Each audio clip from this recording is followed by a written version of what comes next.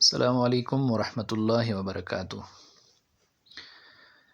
آپ سب کو اس کلاس میں خوش آمدید، اور آج سے ہم یہ سلسلہ انشاءاللہ باقاعدہ شروع کر رہے ہیں۔ اس کتاب کا نام ہے لسان القرآن، جو کہ لکھی ہے عامر سہیل صاحب نے۔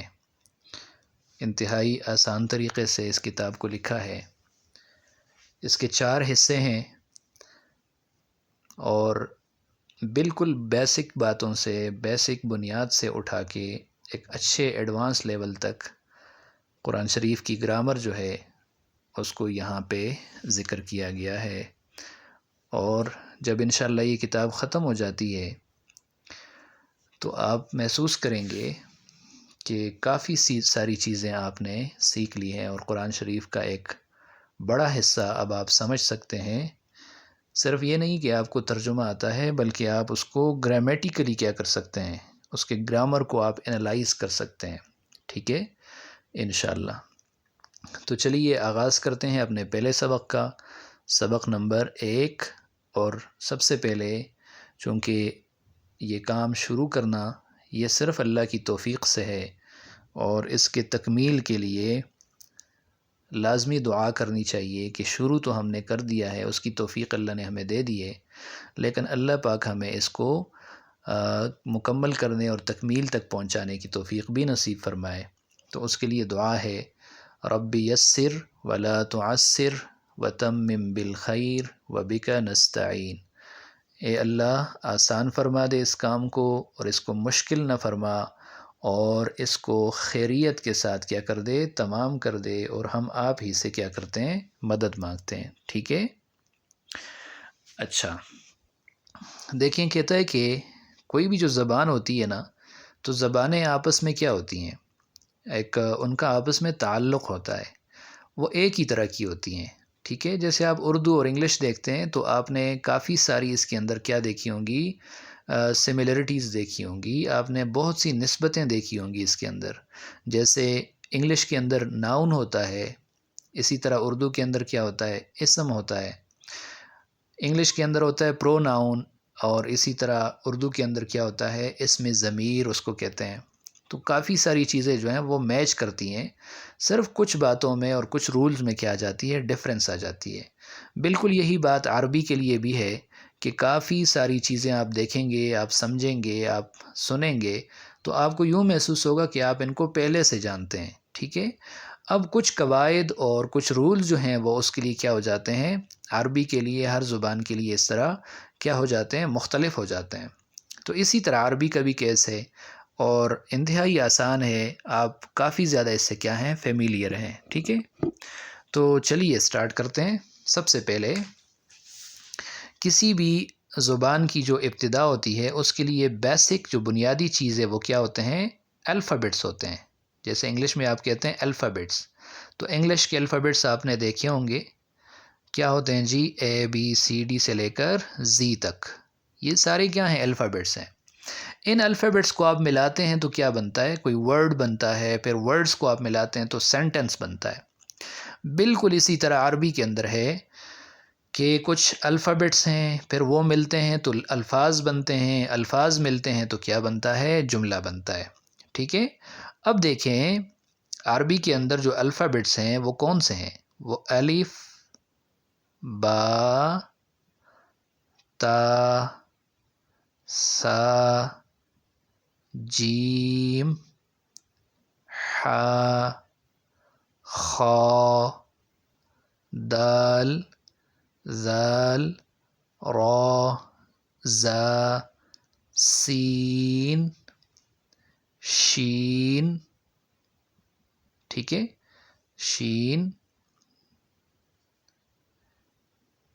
صاد، ضاد، طا، ظا، عین، غین، فا، قاف، کاف، لام، میم، نون، واو، ہا، اور یہاں پہ دیکھیں یا۔ ٹھیک ہے۔ اس پوری تعداد کو آپ دیکھتے ہیں تو دیکھیں کتنے بنتے ہیں. یہ بنتے ہیں تقریباً 28. کتنے بنتے ہیں؟ یہ 28 بنتے ہیں، تقریباً نہیں بلکہ 28 بنتے ہیں.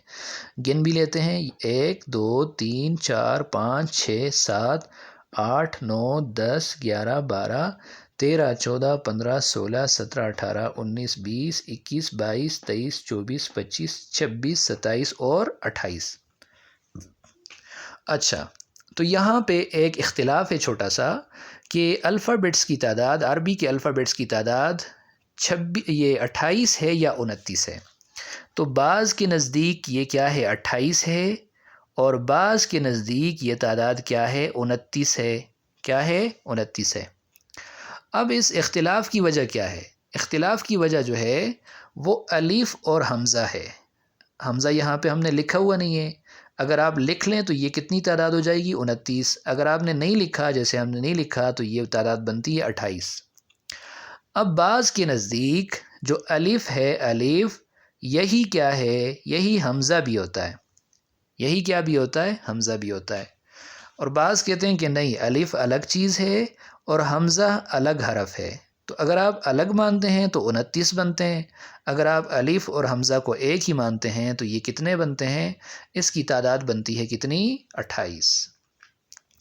اب دیکھیں، الف جو ہے جب اس کے اوپر کچھ نہ ہو، کچھ نہ ہونے کا مطلب جب اس کے اوپر کیا نہ ہو؟ زبر نہ ہو، زیر نہ ہو، پیش نہ ہو، اس کے اوپر جزم نہ ہو، یا اس کے اوپر تنوین نہ ہو، تو اس کو کہا جاتا ہے کہ یہ کیا ہے؟ الف ہے. اور جیسے ہی الف کے اوپر کیا آ جائے، جیسے ہی الف کے اوپر حمزہ یہ زبر آ گیا، یا الف کے نیچے زیر آ گئی، یا الف کے اوپر پیش آ گئی، یا جزم آ گئی، تو یہ الف نہیں کہلاتا، یہ کیا بن جاتا ہے؟ حمزہ بن جاتا ہے.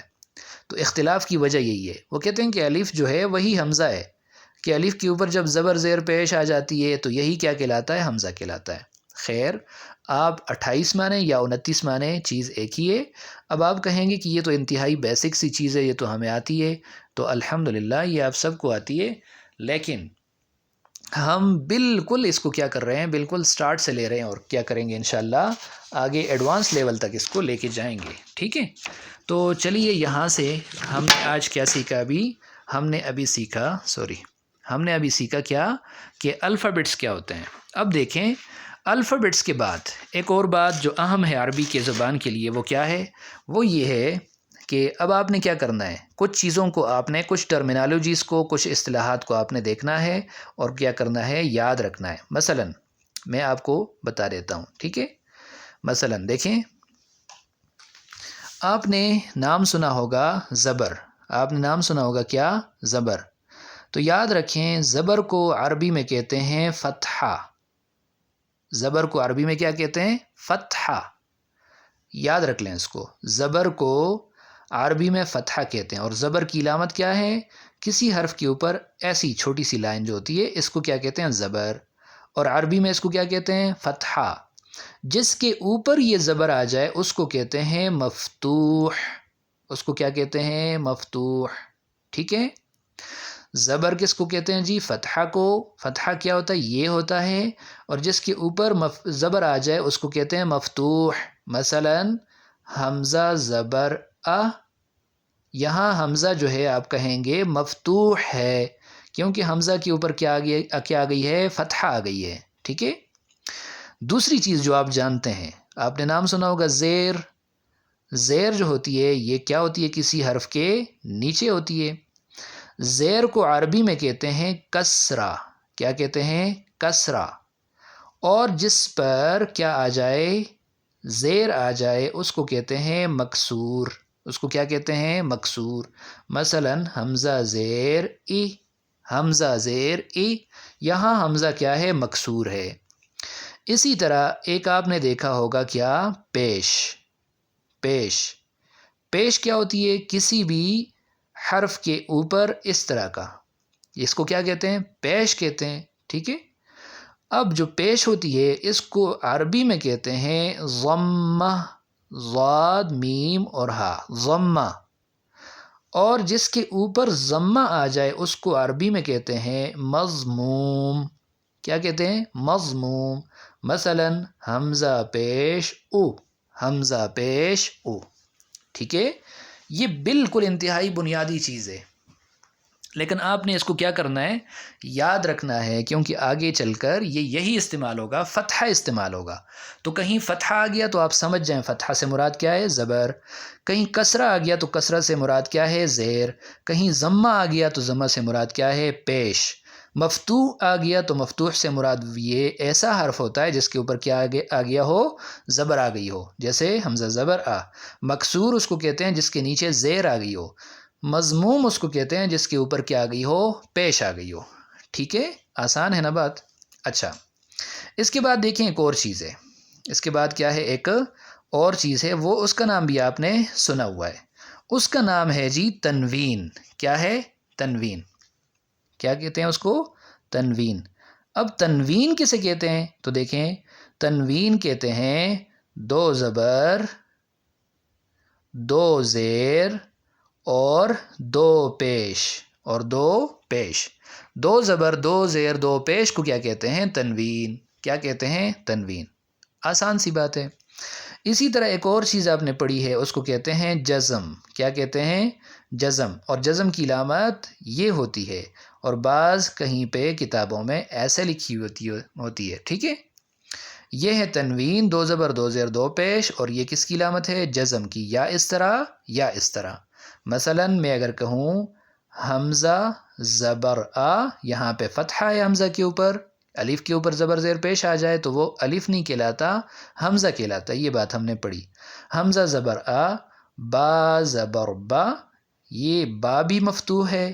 یہاں پہ دیکھیں دال کے اوپر کیا آ گئے، دو زبر آ گئے، تو میں کہوں گا دال کے اوپر تنوین آ گیا. اور تنوین کون سا والا، دو زبر والا. تو یہ بن جائے گا ابدن، ابدن. ٹھیک ہے. ایک بات یاد رکھیں کہ اس کو تنوین اس وجہ سے کہتے ہیں، دیکھیں جب آپ اس کو پڑھتے ہیں نا، ابدن، آخر میں نون کی آواز آتی ہے. کس کی آواز آتی ہے، نون کی. تو اس وجہ سے اس کو تنوین کہتے ہیں، اس میں نون کی آواز پیدا ہوتی ہے، ابدن. ٹھیک ہے. اب جزم کس طرح ہوتا ہے، دیکھیں جزم مثلا میں کہتا ہوں حمزہ با زبر اب، حمزہ با زبر اب. یہاں یہ جو با کے اوپر یہ جو چیز آئی ہوئی ہے، اس کو کیا کہتے ہیں، جزم کہتے ہیں. حمزہ با زبر اب، اس کی آواز یہ بنتی ہے. ٹھیک ہے. تو آج یہ ہمارا پہلا سبق تھا جس میں ہم نے سیکھا کہ حروف تہجی کتنے ہیں عربی کے، حروف الہجا ان کو کہتے ہیں. کیا کہتے ہیں، الفابیٹس کو حروف الہجا. کتنے ہیں جی، 28 یا 29. اختلاف کی وجہ میں نے بتا دی، الف اور حمزہ اختلاف کی وجہ ہے. ٹھیک ہے. بعض کہتے ہیں کہ الف ہی حمزہ ہے، اور بعض کے نزدیک دونوں الگ الگ ہیں. اگر الگ کرتے ہیں تو 29 تعداد بنتی ہے، اگر ایک ہی سمجھتے ہیں تو 28 تعداد بنتی ہے. ٹھیک ہے. اس کے بعد ہم نے دیکھا فتحہ کس کو کہتے ہیں، زبر کو. کسرہ کس کو کہتے ہیں، زیر کو. ضمہ کس کو کہتے ہیں، پیش کو. اور دو زبر، دو زیر، دو پیش کو تنوین کہتے ہیں. اور جزم اس کو کہا جاتا ہے جس کی علامت یہ لگی ہوئی ہے. مثالوں سے میں نے کیا کر دیا، اس کو ایکسپلین کر دیا. تو امید ہے آج کا سبق آپ کو سمجھ میں آ گیا ہوگا.